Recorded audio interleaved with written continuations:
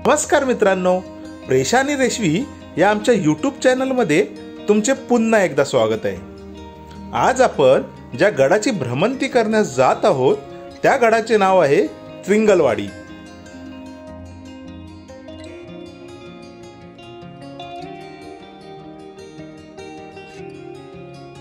पहिल्या 1 मिनिटात आम्ही गडावर जाणारा रस्ता आणि गडावर कोणकोणत्या वस्तू बघण्यासारख्या आहेत त्याची थोडक्यात माहिती दाखवली आहे।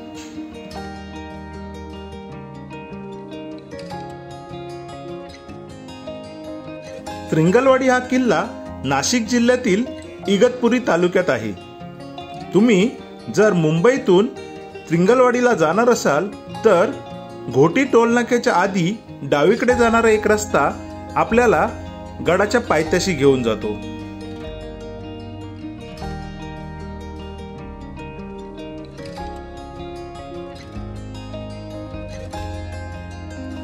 गडावर जाणारा रस्ता लगेच समजत नाही, म्हणून आम्ही आमच्या सोबत एक गाईड घेऊन गेलो होतो।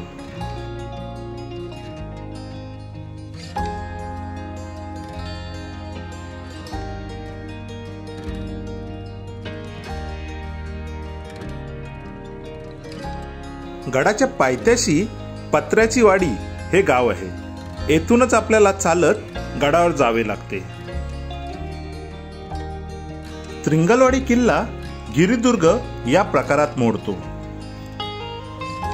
गडाची उंची समुद्र सपाटीपासून 3238 फूट उंच आहे। इगतपुरी पासून हा किल्ला 7 किलोमीटर अंतरावर आहे।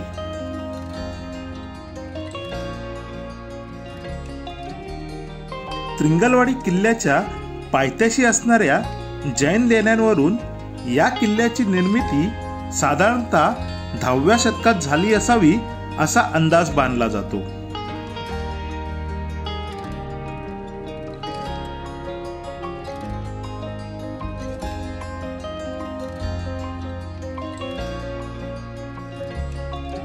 हा किल्ला मराठ्यांनी कधी घेतला हे ज्ञात नाही, मात्र 1688च्या शेवटी मुघलांनी फितुरीने हा किल्ला मराठ्यांकडून जिंकून घेतला असे काही ठिकाणी वाचायला मिळते।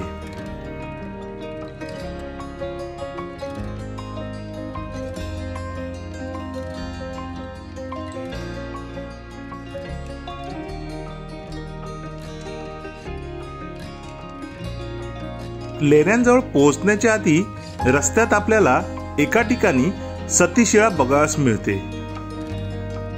सतीशिळा म्हणजे सती गेलेल्या स्त्रीच्या स्मरणार्थ बनवलेले शिल्प। इथे आपल्याला काही प्रॉपर बसवलेले दगड दिसत आहेत। कदाचित त्या काळी एखादे प्रवेशद्वार इथे असू शकते। आज विशाल भाऊ आणि ओमकार भाऊ आपल्यासोबत गडावर आलेले आहेत।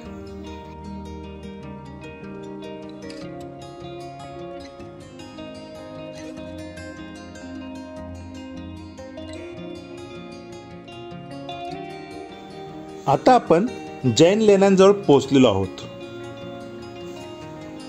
पत्र्याची वाडीपासून अंदाजे 5-10 मिनिटात आपण जैन लेण्यांजवळ पोहोचतो।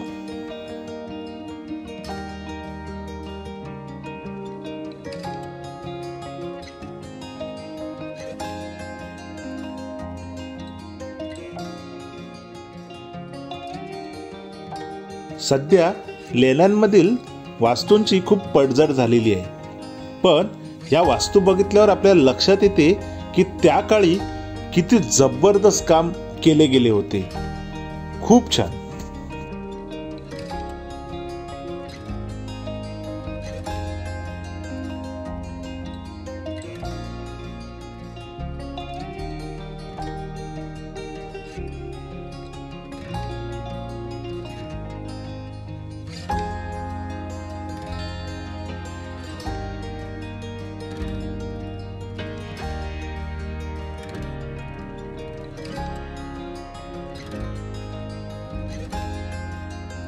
प्रवेशद्वारावरील कोरीव काम आजही सुस्थितीत आहे।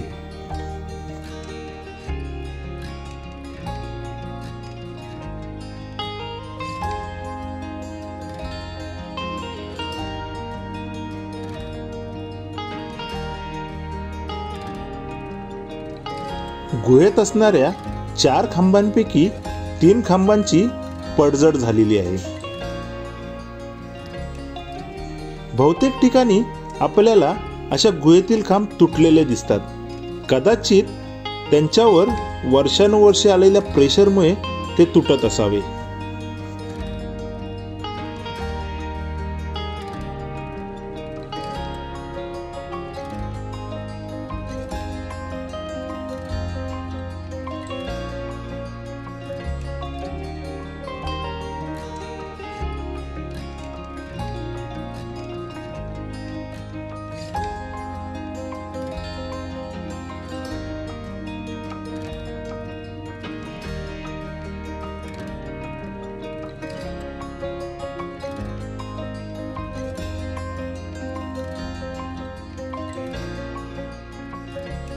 येथे असणाऱ्या या मूर्तीच्या खाली एक शिलालेख कोरलेला आहे.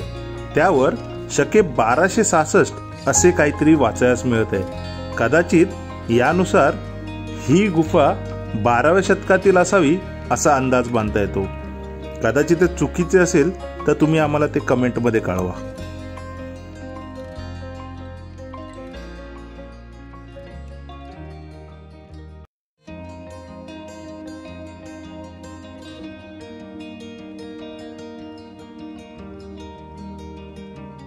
लेण्यांच्या बाहेर असलेल्या या दगडावर आपल्याला शिवलिंग कोरलेले दिसते.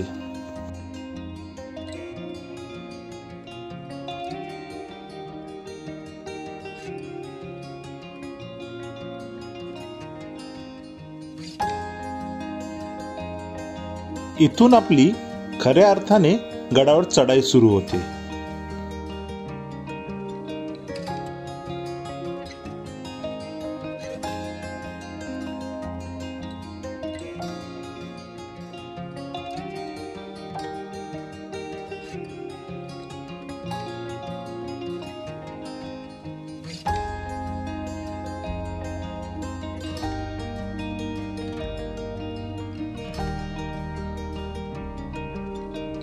जसे आम्ही तुम्हाला आधीही सांगितले की गडावर जाणारा रस्ता सहज समजत नाही, म्हणून आम्ही काही ठिकाणी अशा प्रकारे मार्किंग करून रस्ता दाखवण्याचा प्रयत्न केलेला आहे. पण तुम्ही गडावर जाताना गावातील एखादा गाईड घेतलात तर जास्त उत्तम, कारण त्यामुळे तुम्ही रस्ता भटकू शकत नाही आणि स्थानिकांना सुद्धा थोडा रोजगार उपलब्ध होतो. आता तुम्ही बोलाल, मग तुम्ही मार्किंग कशाला करतात? तर मार्किंग यासाठी करतायत की प्रत्येक वेळी प्रत्येकाला गावात गाईड मिळतो असे नाहीच, किंवा गाईड घेण्यासाठी त्यांच्याकडे तेवढे पैसे असतात असे सुद्धा नाही. म्हणून त्यांना थोडीशी मदत व्हावी या उद्देशाने हे आरो बनवले आहेत. गडावर खूप सुंदर असे वातावरण निर्माण झालेले आहे. असे धुके जेव्हा असते तेव्हा रस्ता सापडणे अजून अवघड होते.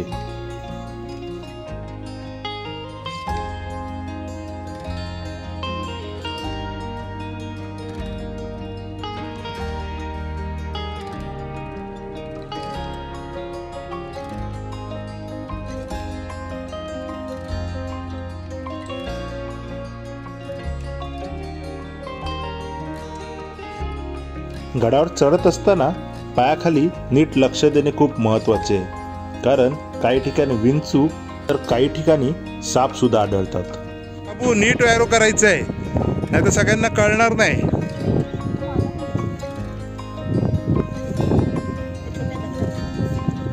सगळीकडे नुसतं धुकच धुकं झालंय जबरदस्त. आपल्याला इथे वरती जायचंय. तो आपला गाईड तिथे उभा आहे आणि ह्या आमच्या गाईड आहेत, ह्या दाखवत आहेत रस्ता कसा. हो, कसं कुठे आहे रस्ता? तुम्ही आरो बनवलात? कसा आरो केलात? चला खाली करा अजून त्याला दांडी त्याची.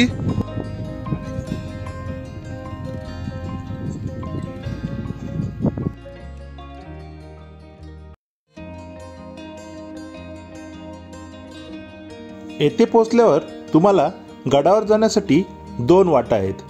डावीकडून जाणारी ही वाट कातळात कोरलेल्या पायऱ्यांकडून तुम्हाला गडावर नेते, तर उजवीकडून जाणारी जास्त सोपी असणारी वाट सुद्धा तुम्हाला गडावर घेऊन जाते। आम्ही जाताना डावीकडून कातात कोरलेल्या मार्गाने जाणार आहोत, तर खाली उतरताना उजवीकडे असणाऱ्या वाटेने खाली उतरणार आहोत।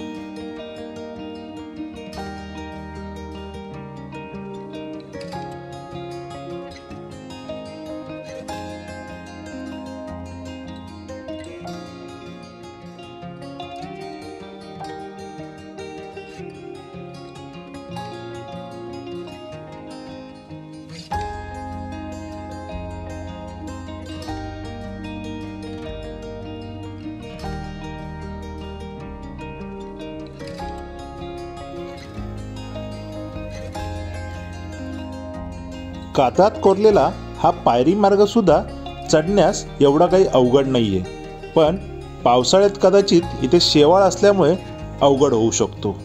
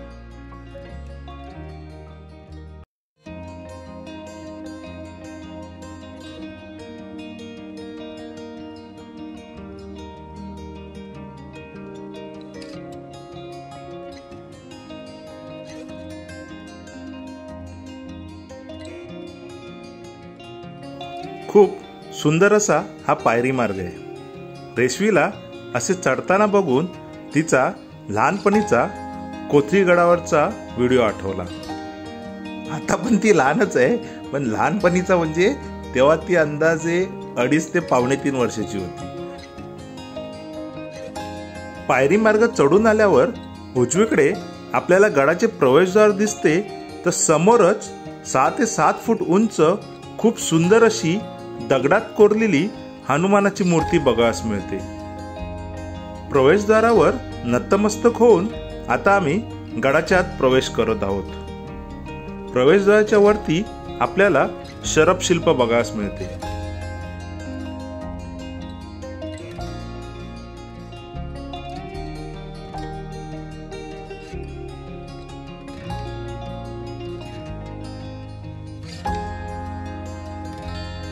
प्रवेशद्वारातून आत आल्यावर दोन्ही बाजूस आपल्याला अशा देवड्या बघायला मिळतात, पण ह्या देवड्या थोड्या बाकी किल्ल्यांपेक्षा जरा जास्तच उंचीवर वाटत आहेत।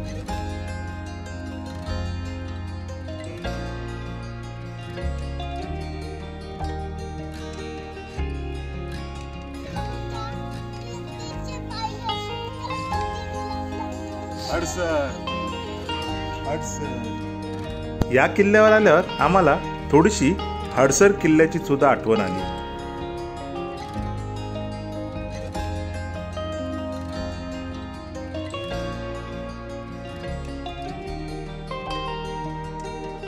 चाललोय बघा आपण वरती डोक्याला लाईन बघून चला. रेषा दिसली, आता मी घुसू शकतो की नाही हे थांब ना. बाजूला बाजूला बाजूला. अडकलो अडकलो. अरे आलो आलो आलो आलो आलो आलो. यस. आता कोण येते बघूया. रेशवी आली. रेशवी येईल का? रेशवी एवढी जाडी आहे तर. अरे रेशवी पण आली. चल चल ठीक आहे ना. घ्या व्हिडिओ चालू आहे यार, तू वेळ नको.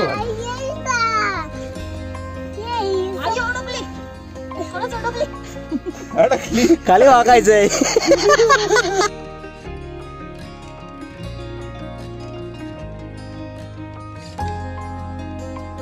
इथे बाजूला सुद्धा एक वाट आहे जिथून सुद्धा तुम्ही वर जाऊ शकता.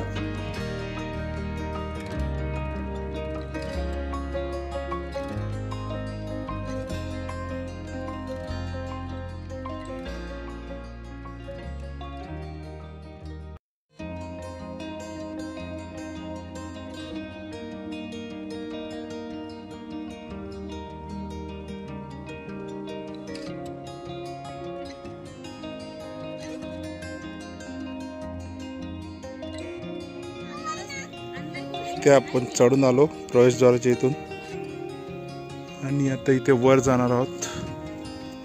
प्रेषा आणि रेशवी आता इथे नाश्ता करतायत. काय खातायत काय माहित, बघूया. काय खाताय रे तुम्ही? आणि त्यांच्या टी शर्ट वर काय लिहिलंय माहितीये तुम्हाला? जाम हट्टी. आणि इथे समोर आपल्याला धरण दिसत आहे.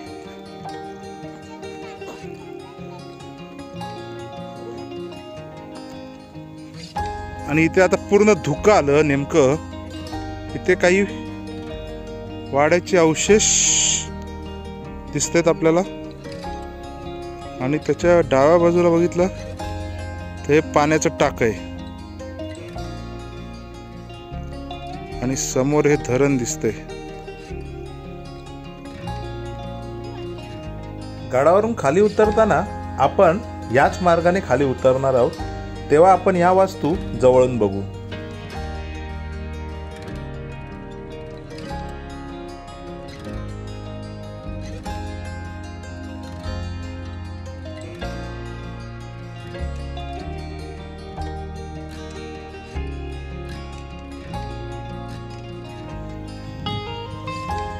इथे एक पाण्याचं टाकं दिसतंय. तिथे जायला तर रस्ता नाही.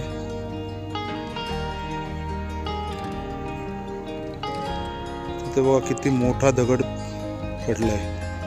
बहुतेक हा पॅच आहे. तो हा जो दिसतोय मध्ये पॅच गायब, तोच इथे खाली आलाय.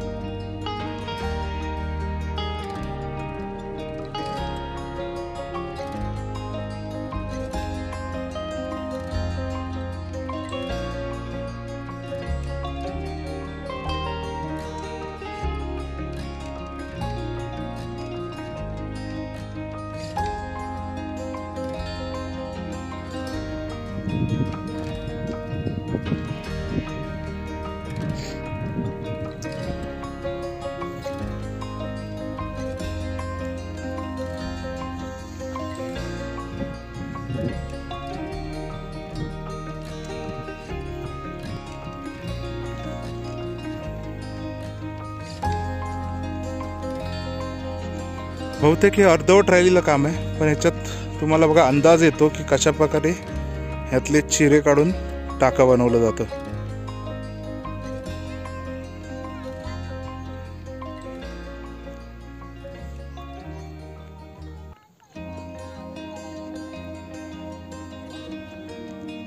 हे बघून आपल्याला कळसुबाई शिखराची आठवण येते.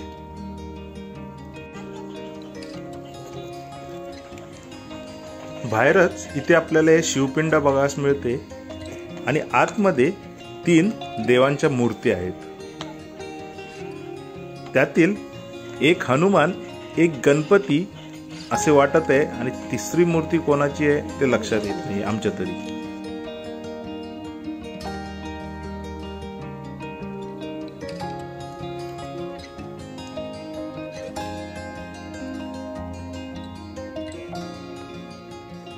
मंदिर आहे आणि आपला जो गाईडने सांगितलंय त्यानुसार ह्या 2 डोंगरांच्या पाठीचा आपल्याला डोंगर दिसतोय तो कावनाई किल्ला आहे. आता आपल्याला त्याच्यावर विश्वास ठेवावा लागेल. तो बघा तोच तो गाईड आहे आपला, तोच खूप पुढे पुढे पळतो, आम्हाला काही नीट दाखवत नाही. त्रिंगलवाडी बघून झाल्यावर आपण कावनाई किल्ल्यावर जाणार आहोत. एका दिवसात हे 2 किल्ले तसे सहजरित्या पूर्ण होतात. कावनाई किल्ला आम्ही तुम्हाला वेगळ्या व्हिडिओ मार्फत दाखवू.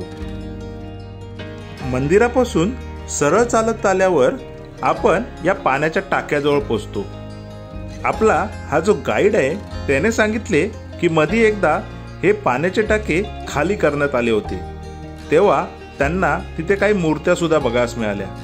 मूर्त्या कोणाच्या होत्या हे त्याला सांगता नाही आले, पण टाके आतमध्ये असे खोलवर आहे. इथे समोरील या खांबावर आपल्याला नागाचे शिल्प सुद्धा बघायला मिळत आहे.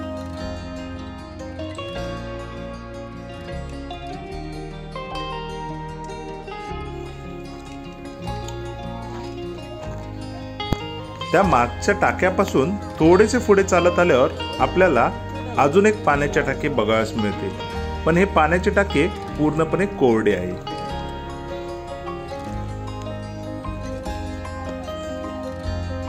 आपण मगाशी हे टाकं बघितलं,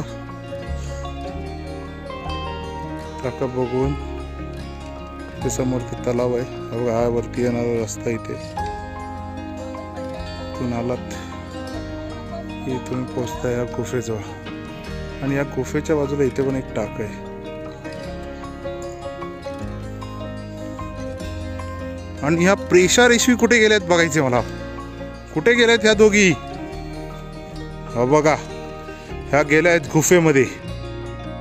या गुफेमधील सुद्धा सर्व खांब आपल्याला तुटलेले दिसत आहे. कदाचित जसे मगाशी बोललो त्याप्रमाणे वर्षानुवर्ष या खांबांवर जोर येत असेल, म्हणजे प्रेशर येत असेल, त्यामुळे हे खांब तुटत असावेत.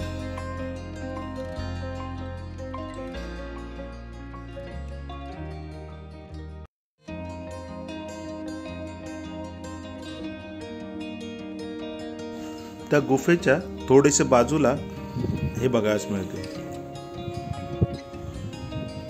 पाण्याचं टाकं, ते पाण्याचं टाकं, आणि इथून आपण पुढे जाणार आणि इथे आपल्याला वाड्याचे अवशेष वगैरे आहेत इथे.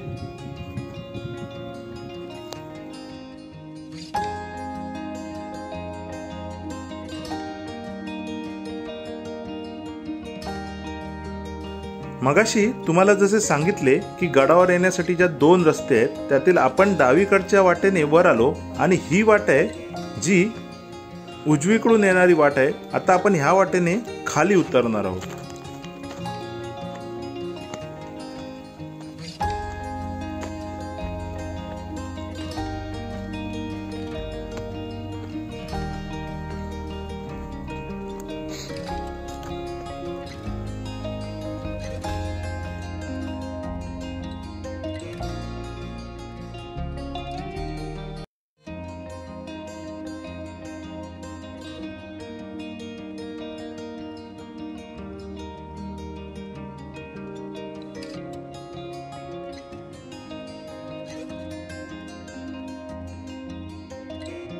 खूप सोपी अशी ही वाट आहे, प्रॉपर पायऱ्या आहेत, आणि इथे उजवीकडे सुद्धा आपल्याला एक देवडीसारखी एक जागा बघायला मिळते.